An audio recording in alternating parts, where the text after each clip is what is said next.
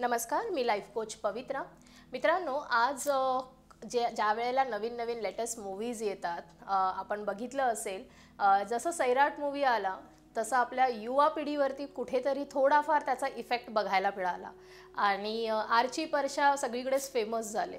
So नकळत आपल्या ज्या मुली आहेत, स्पेशली मी सांगेन तरुणी युवा पिढीमध्ये आपण फोकस करू, ज्या मुली आहेत त्यांच्यावरती. सो कुठेतरी तरुणींचा सुद्धा एक माइंड नकळत डिस्टर्ब झालं. बट ऑब्वियस आहे की मुली किंवा स्त्रिया ह्या कुठेतरी इमोशनली खूप जास्त अटॅच असतात, इमोशन्स त्यांच्याकडे खूप भरलेले असतात आणि मग नकळत ते जे इमोशन्स आहेत ते कुठेतरी ओव्हरवेल्मिंग झाले, खूप जास्त वाढले तर होऊ शकतं की त्यांचा जो रस्ता आहे, त्यांचं जे डायरेक्शन आहे ते नकळत चुकतं. सो एक असाच प्रश्न तरुणींच्या मनात नेहमी असतो की मी लग्न कधी केलं पाहिजे, माझं एज्युकेशन कसं झालं पाहिजे. पण हा प्रश्न कुठेतरी ते सिरियसली मनावर घेत नाही आणि त्यामुळे त्यांचं कुठेतरी पाऊल भरकटतं. सो आज स्पेशली आपण त्याच्यावरतीच बोलणार आहोत. सगळ्यात महत्त्वाचं, आजच्या तारखेला जर तुम्हाला स्वावलंबी बनायचं आहे, सेल्फ इंडिपेंडंट राहायचं असेल तर तुम्हाला स्वतःच्या पायावरती उभं राहणं खूप गरजेचं आहे. आता जर स्वतःच्या पायावरती जर उभं राहायचं असेल तर आजच्या तारखेत जगामध्ये सगळ्यात महत्त्वाचं आहे तुमचं शिक्षण. जर शिक्षणच नसेल, म्हणजे बऱ्याच अशा महिला आपण बघतो की त्यांच्याकडे नॉलेज नाही आहे म्हणून त्या कुठेतरी पुढे जात नाही आहे, ते घाबरतात किंवा जगाला फेस करत नाही. सो बट ऑब्वियस आहे, ज्या वेळेला आपण 10th 12th त्याच्यानंतर एक्स्ट्रा ज्या फील्डमध्ये आपल्याला आवड आहे त्या क्षेत्रामध्ये कुठेतरी आपण अभ्यास करतो, स्टडी करतो. ते झाल्यानंतर जर तुम्ही स्वतःच्या पायावर उभे राहिलात, एखादं क्षेत्र निवडून, मी एकच सांगेन, जेव्हा तुमचं जे काही मंथली असतं ना, जे काही खर्च हे ते आपले एक्सपेन्सेस, ते एक्सपेन्सेस ज्या वेळेला आपण स्वतः करू शकतो त्याच्यानंतरच तो लग्नाचा विचार करावा. सगळ्यात महत्त्वाचं, कारण ज्याही वेळेला तुम्ही कोणावर तरी डिपेंड राहता त्यावेळेला आयुष्याच्या वळणावरती कधीही तुम्ही कोलमडू शकता. त्याच्यासाठी एक छोटीशी गोष्ट तुम्हाला सांगते, कदाचित त्या गोष्टीमधून तुम्हाला अजून चांगल्या गोष्टी, म्हणजे चांगल्या पद्धतीने हा टॉपिक क्लिअर होऊन जाईल.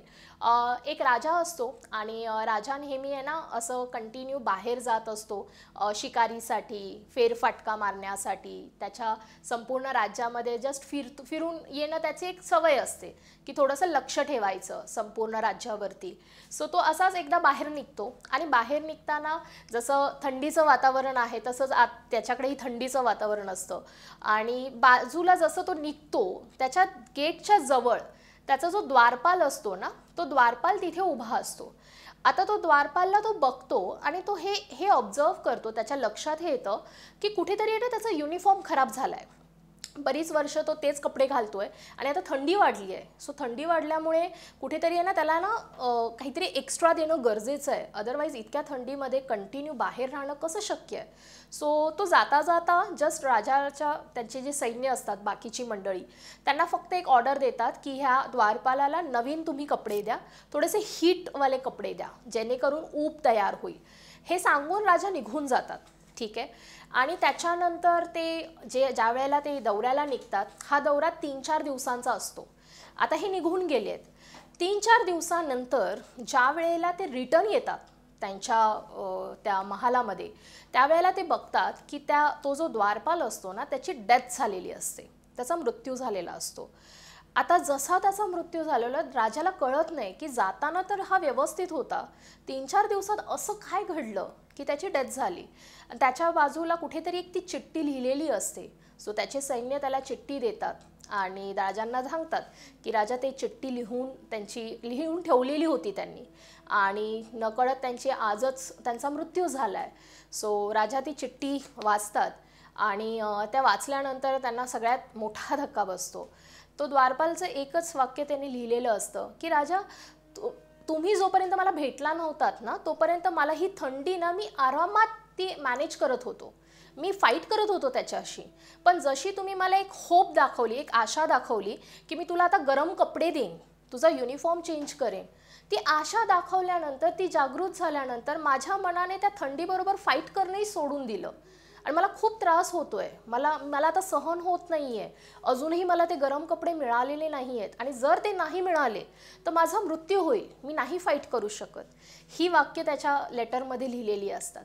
सो तात्पर्य हे एकच आहे, जोपर्यंत त्याच्याकडे आशा नव्हती, तो कोणावर डिपेंड नव्हता, तो एकटा स्वावलंबी होता, तो अगदी सगळ्या सिच्युएशन्सना फाईट करू शकत होता. सो सेम तसंच होतं मित्रांनो.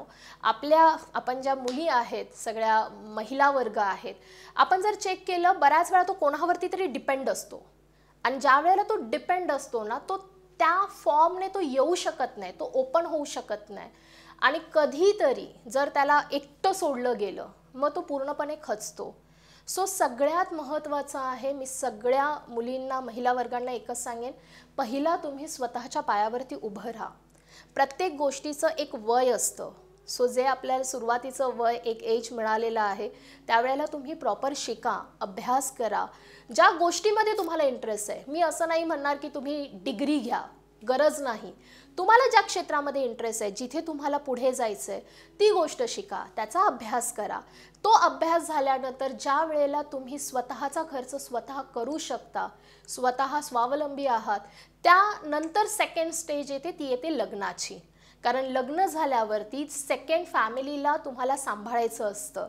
पहिली आपली फॅमिली आपण सोडू शकत नाही, दुसऱ्या फॅमिलीची जबाबदारी घ्यायची असते. तो ती जबाबदारी घेताना स्वतःला एकच प्रश्न विचारा की मी तेवढी सक्षम आहे का, आणि जर असाल तर नक्कीच तुम्ही ते डिसिजन घ्या. So thank you so much.